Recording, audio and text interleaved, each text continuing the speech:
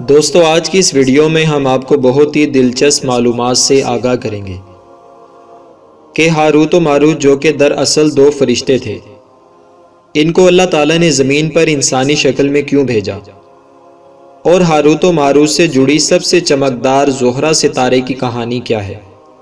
یہ سب کچھ جاننے کے لیے ویڈیو کو مکمل سنیے گا۔ اگر آپ کو ہماری یہ دلچسپ ویڈیو پسند آئے تو اسے اپنے دوستوں تک شیئر ضرور کیجیے گا، اور نیچے لال بٹن کو دبا کر ہمارا چینل سبسکرائب کرنا نہ بھولیے گا۔ تو چلیے دوستو ویڈیو کو سنتے ہیں۔ دوستو اسم اعظم کا لفظ سب سے پہلے قصص القرآن میں چاہے بابل میں استعمال ہوا ہے۔ حضرت آدم علیہ السلام اور حضرت اماں حوا علیہ السلام کو جب زمین پر بھیجا گیا اور پھر نسل انسانی میں رفتہ رفتہ اضافہ ہونا شروع ہوا تو فرشتوں نے انسانوں کے گناہ دیکھتے ہوئے اللہ تعالیٰ کی بارگاہ میں توبہ کی اور کہا کہ یا باری تعالیٰ، یہ کیسے لوگ ہیں جنہیں تو نے اپنی زمین میں اپنا نائب بنایا، اور وہ قتل و غارت گری کرتے ہیں، زنا کرتے ہیں اور جھوٹ بولتے ہیں اور تیرے ساتھ شریک ٹھہراتے ہیں۔ اے اللہ، اگر تو ہمیں اپنی زمین میں نائب بنا کر بھیجتا تو ہم ہر حال میں تیری عبادت کرتے اور تیرے ساتھ کسی کو شریک نہ ٹھہراتے۔ اللہ تعالیٰ نے ان فرشتوں سے فرمایا کہ میں تمہیں اب زمین میں اتارتا ہوں، تم اپنے چند نمائندوں کو پیش کرو جو زمین پر جا کر وہاں کے حالات کا مشاہدہ کر سکیں۔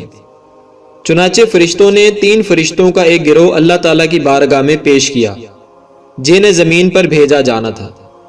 جب یہ تینوں فرشتے اللہ تعالیٰ کی بارگاہ میں پیش ہوئے تو ایک فرشتے نے عاجزی کا اظہار کیا، جس کے بعد 2 فرشتے جن کے نام ہاروت اور ماروت منقول ہیں، انہیں اللہ تعالیٰ نے اسم اعظم سکھا کر ان میں نفسانی خواہشات پیدا فرما کر ملک بابل میں اتار دیا۔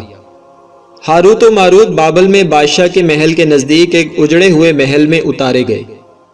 یہ اجڑا محل آسیب زدہ مشہور تھا اور اس سے بے شمار واقعات کو منسوب کیا جاتا تھا۔ ہاروت و ماروت جو کہ انسانی شکل میں اتارے گئے تھے، انہوں نے اپنا قیام اسی اجاڑ محل میں کیا۔ ہاروت و ماروت سارا دن شہر میں گھومتے رہتے اور رات اس محل میں آ کر قیام پذیر ہوتے۔ ہاروت و ماروت کو انسانی زندگی نہایت عجیب لگی کہ صبح ہوتے ہی ہر شخص اپنے پیٹ کی خاطر بھاگ دوڑ شروع کر دیتا۔ ہاروت و ماروت جس وقت بابل میں اترے اس وقت بابل پر شداد خاندان کی حکومت تھی۔ بادشاہ بت پرست تھا اور اس کی بے شمار بیویاں تھیں۔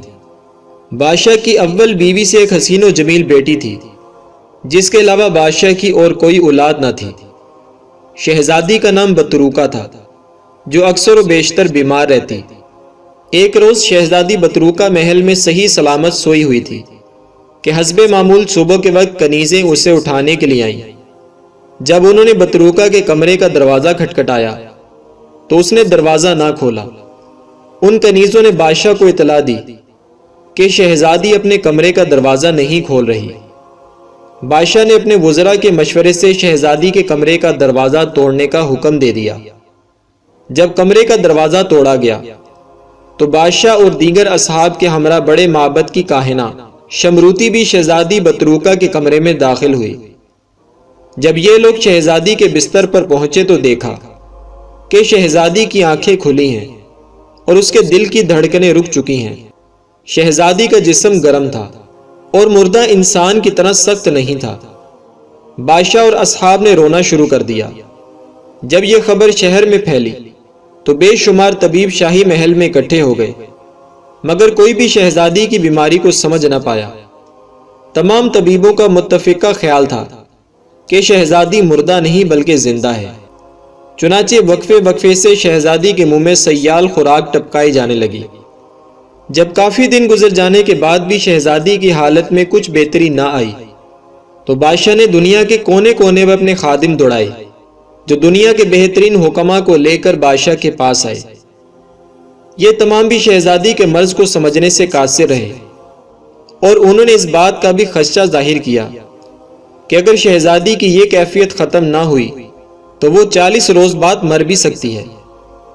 بادشاہ نے شہر میں منادی کرا دی کہ جو کوئی شہزادی کا علاج کرے گا وہ اسے انعام و اکرام سے نوازے گا۔ بادشاہ کا اعلان ہاروت و ماروت نے بھی سنا۔ ہاروت نے ماروت سے کہا کہ ہمیں بادشاہ کے اعتماد کو حاصل کرنے کے لیے بہترین موقع ملا ہے، ہم شہزادی کا علاج اسم اعظم سے کر سکتے ہیں۔ ماروت نے ہاروت کی بات کی تائید کی اور پھر دونوں بادشاہ کے محل میں جا پہنچے۔ محل میں جانے سے پہلے دونوں نے منصوبہ بنایا کہ اول تو وہ 3-4 روز تک عام طریقے آزماتے رہیں گے، پھر اسم اعظم پڑھ کر پھونک دیں گے جس سے شہزادی تندرست ہو جائے گی۔ ہاروت و ماروت نے اپنا بھیس طبیبوں سا بنایا اور ہرن کے سینگوں والی مالا گلے میں پہن لی۔ ان کے ہاتھ میں طبیبوں کی طرح دواؤں کا تھیلا بھی تھا۔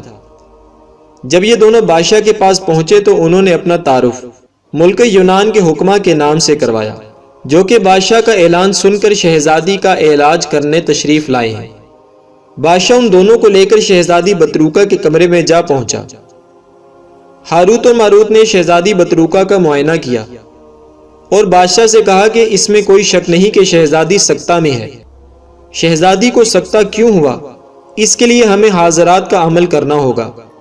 بادشاہ نے انہیں علاج کرنے کی اجازت دے دی تو دونوں نے بادشاہ کو عمل حاضرات سے متعلق کچھ چیزیں لکھ کر دیں جو انہیں مہیا کر دی گئیں۔ جب تمام چیزیں ہاروت اور ماروت کو مہیا کر دی گئیں تو انہوں نے محل کے ایک اندھیرے کمرے کا انتخاب کیا جہاں ایک بہت بڑی میز پر گول سب تھا۔ ہاروت اور ماروت نے اس کمرے کی تمام مشعلیں بجھا دیں اور کمرے میں عود و عنبر کی دھونی دے کر کمرے کو خوشبودار بنا دیا۔ جب کمرہ عمل کے لیے تیار ہو گیا تو دونوں نے عمل حاضرات کے کلمات دہرانا شروع کر دیے۔ جیسے ہی کلمات ادا ہوئے شیشہ روشن ہو گیا اور اس میں شہزادی بطروکا کی خوابگاہ دکھائی دینے لگی۔ اس طرح کہ شہزادی اپنے بستر پر سوئی ہوئی تھی اور اس کے دائیں جانب کا دریچہ کھلا ہوا تھا۔ اس دریچے میں سے جنگل کا منظر نمایاں نظر آ رہا تھا جس میں ایک بڑے سے درخت پر سیاہ رنگ کا ناگ پھن لہرائے بیٹھا تھا۔ یہ سیاہ ناگ دھیرے دھیرے شہزادی کے کمرے میں اس دریچے سے داخل ہوا اور شہزادی کے پہلو میں پہنچ کر شہزادی کو تیز نظروں سے دیکھنا شروع کر دیا۔ پھر سیاہ ناگ دھیرے دھیرے شہزادی کی مسیری پر چڑھا اور شہزادی کے منہ پر اپنا منہ رکھ دیا۔ شہزادی کی سانسیں معدوم ہونا شروع ہو گئیں اور کچھ دیر بعد جب سیاہ ناگ اپنا منہ ہٹا کر دوبارہ جنگل میں چلا گیا تو شہزادی کی چلتی سانس رک چکی تھی۔ ہاروت اور ماروت جب یہ عمل کر رہے تھے ان کے ساتھ بادشاہ اور چند خاص وزراء بھی اس کمرے میں موجود تھے جو اپنی آنکھوں سے یہ منظر دیکھ سکتے تھے۔ ہاروت نے بادشاہ سے کہا کہ اے بادشاہ، اس ظالم ناگ نے آپ کی بیٹی کا سانس پی لیا ہے۔ بادشاہ نے چلانے کے انداز میں کہا کہ کیا اب میری بیٹی کبھی ٹھیک نہیں ہوگی؟ ہاروت نے کہا کہ شہزادی یقیناً درست ہوگی۔ پھر ہاروت اور ماروت نے کمرے میں دھونیاں تیز کر دیں اور زور زور سے منتر پڑھنا شروع کر دیے۔ اس دوران ایک دم دھونی میں سے آگ کا ایک شعلہ بلند ہوا اور دریچے کی جانب لپکا۔ بادشاہ اور وزراء نہایت حیرانگی کے ساتھ ساری کاروائی دیکھ رہے تھے۔ آگ کا شعلہ جنگل کی جانب لپکا اور اس درخت کی جانب بڑھا جہاں وہ سیاہ ناگ پھن لہرائے بیٹھا تھا۔ ناگ نے جب آگ کا شعلہ اپنی جگہ بڑھتے دیکھا تو اس نے بھاگنے کی کوشش کی، لیکن آگ کے شعلے نے اسے جا لیا جس سے وہ جل کر راکھ ہو گیا۔ ہاروت و ماروت نے سیاہ ناگ کے جل جانے کے بعد بادشاہ کو مبارکباد دی اور کہا کہ ہم نے شہزادی کے علاج کا پہلا مرحلہ طے کر لیا ہے۔ اب ہم انہیں کچھ دعائیں دیں گے جس سے وہ عنقریب صحت یاب ہو جائیں گے۔ اگلے روز ہاروت اور ماروت نے چاندی کی 4 پتیلیاں منگوا کر ان کے پیندے میں سوراخ کیا اور انہیں ایک سٹینڈ کے اوپر لگا کر شہزادی کے چہرے کے اوپر نصب کر دیا۔ ان پتیلیوں کے سوراخوں سے دوا کے قطرے شہزادی کے منہ میں ٹپکائے جانے لگے۔ ہاروت و ماروت برابر شہزادی کے سرہانے موجود رہے۔ اس دوران بادشاہ کچھ دیر کے لیے آتا اور ان کو دیکھ کر چلا جاتا۔ چوتھے روز ہاروت اور ماروت نے عود و عنبر کی دھونیاں سلگائیں اور کمرے میں اس کی دھونیاں دینے لگے۔ دھونی دینے کے ساتھ ساتھ ہاروت شہزادی کے سرانے اور ماروت شہزادی کے پاؤں کی جانب کھڑے ہو کر منتر پڑھنا شروع ہو گیا۔ ہاروت اور ماروت بظاہر منتر مگر اسم اعظم پڑھ رہے تھے۔ انہوں نے اسم اعظم پڑھنے کے بعد شہزادی کے جسم کو ہاتھ لگایا تو شہزادی کا جسم تڑپنا شروع ہو گیا۔ ہاروت اور ماروت نے اسم اعظم جاری رکھا۔ شہزادی کچھ دیر تڑپنے کے بعد اٹھ کر بیٹھ گئی بادشاہ نے خوشی سے جھومتے ہوئے بیٹی کو گلے سے لگا لیا۔ شہزادی نے جب ارد گرد ہجوم دیکھا تو حیرانگی سے دریافت کیا کہ یہ کیا ماجرا ہے۔ بادشاہ نے کہا کہ تم کچھ بیمار ہو گئی تھی، اسی لیے یہ سب یہاں اکٹھے ہوئے تھے۔ پھر بادشاہ نے اپنی بیٹی کی صحت کی خوشی میں جشن کا اعلان کیا۔ اگلے روز جشن شروع ہوا۔ بادشاہ نے ہاروت اور ماروت کو انعام و اکرام سے نوازنا چاہا تو دونوں نے انکار کر دیا۔ جشن میں ایک رقاصہ زہرہ بھی شامل تھی۔ جب اس رقاصہ نے نیم اریاں لباس میں اپنا رقص شروع کیا تو ہاروت اور ماروت اس پر فرفتہ ہو گئے۔ ان دونوں نے مل کر منصوبہ بنانا شروع کر دیا کہ زہرہ کو کس طرح حاصل کیا جائے۔ بالآخر دونوں اس بات پر متفق ہوئے کہ زہرہ کی رہائش گاہ پر جا کر اس سے حال دل بیان کیا جائے۔ اپنے اس منصوبے کے مطابق دونوں اگلے روز زہرہ کی رہائش گاہ پر پہنچ گئے۔ زہرہ کے محل پر پہنچنے کے بعد دونوں نے دربان سے اپنا تعارف کرواتے ہوئے کہا کہ زہرہ کو اطلاع دو کہ ان کے دو پرستار ہاروت اور ماروت آئے ہیں۔ دربانوں نے زہرہ کو اطلاع دی تو اس نے ان دونوں کو پہچاننے سے انکار کر دیا۔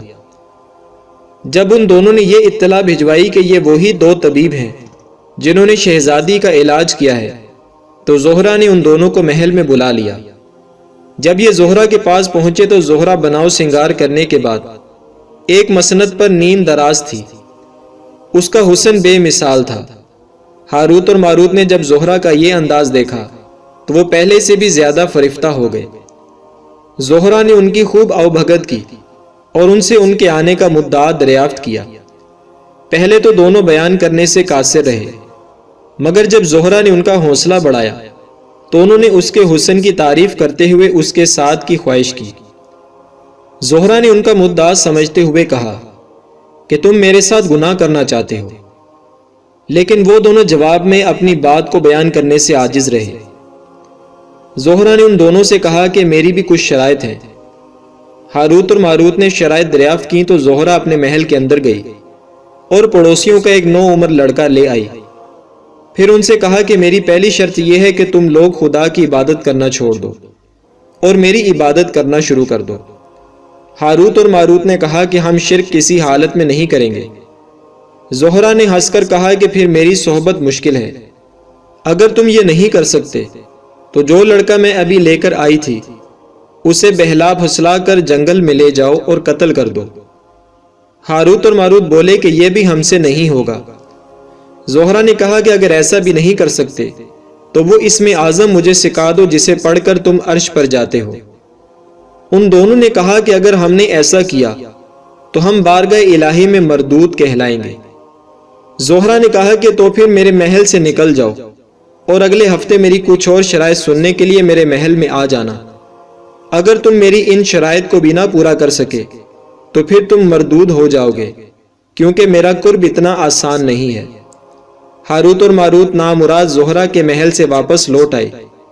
ایک ہفتے بعد جب وہ دونوں زہرہ کے بلاوے پر اس کے محل گئے تو زہرہ نے اپنی پہلے والی تمام شرائط پھر دہرائیں۔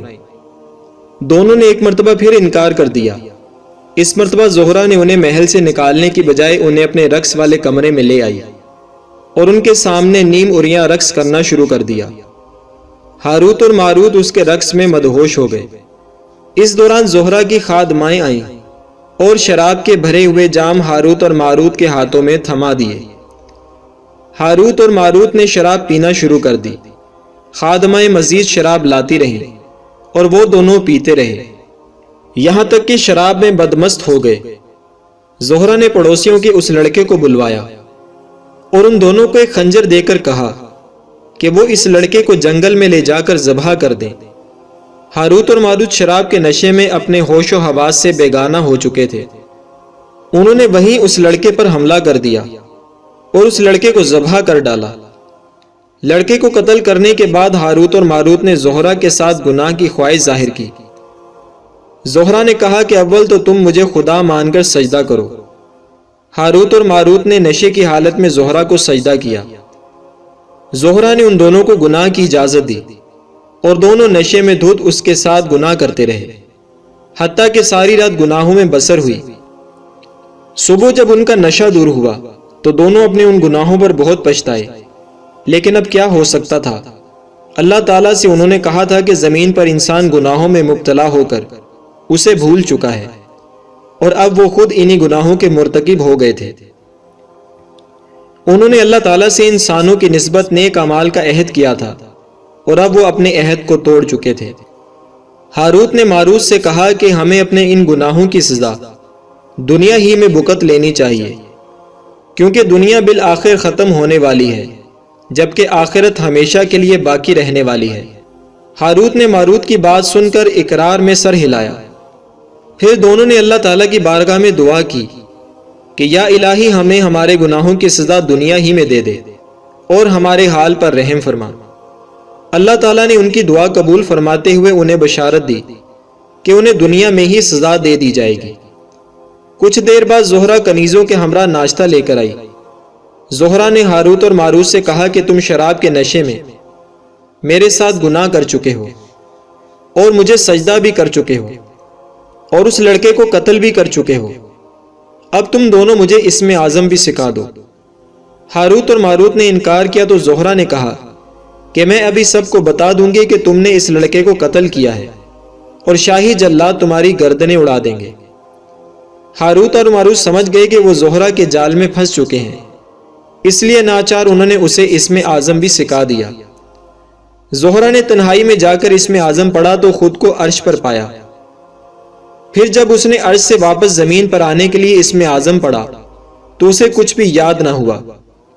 روایت کے مطابق اس سے اسم اعظم سلب کر لیا گیا اور اسے ایک ستارہ بنا دیا گیا جو آسمان پر ہی مقید یعنی قید ہے اور ستارے کی شکل میں چکر لگاتی پھر رہی ہے اور تا قیامت اسی حالت میں رہے گی۔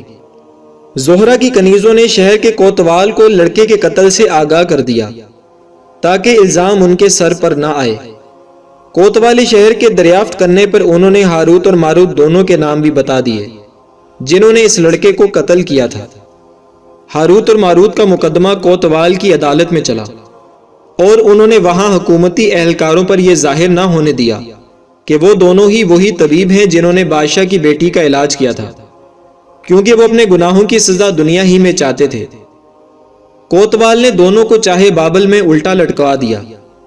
جب دونوں کو چاہے بابل میں الٹا لٹکا دیا گیا تو غیب سے آواز آئی کہ اب تم دونوں قیامت تک اسی کنویں میں الٹے لٹکے رہو گے، اور پھر کنویں میں ان کے سر کے نیچے ایک آگ روشن ہو گئی جس کا دھواں ان کے منہ کے راستے داخل ہوتا ہے اور مقد سے نکلتا ہے۔ اللہ تعالیٰ نے ان دونوں فرشتوں کو قیامت تک کے لیے اس ہولناک عذاب میں مبتلا کر دیا۔ دوستو، آپ نے ہاروت اور ماروت کے واقعے کا مفہوم سنا اور حقیقت حال اللہ تعالیٰ ہی بہتر جانتا ہے۔ بہرحال شریعت محمدیہ صلی اللہ علیہ وآلہ وسلم میں جادو ٹونا کرنا کروانا بالکل بھی جائز نہیں ہے، اور مسلمانوں کو قرآن و حدیث کے مطابق جائز کاموں کے لیے روحانی علاج کرنے اور کروانے کی اجازت ہے۔ دوستو، ویڈیو پسند آئے تو اسے لائک اور شیئر کریں اور ہمارا چینل سبسکرائب کرنا نہ بھولیے گا۔ شکریہ۔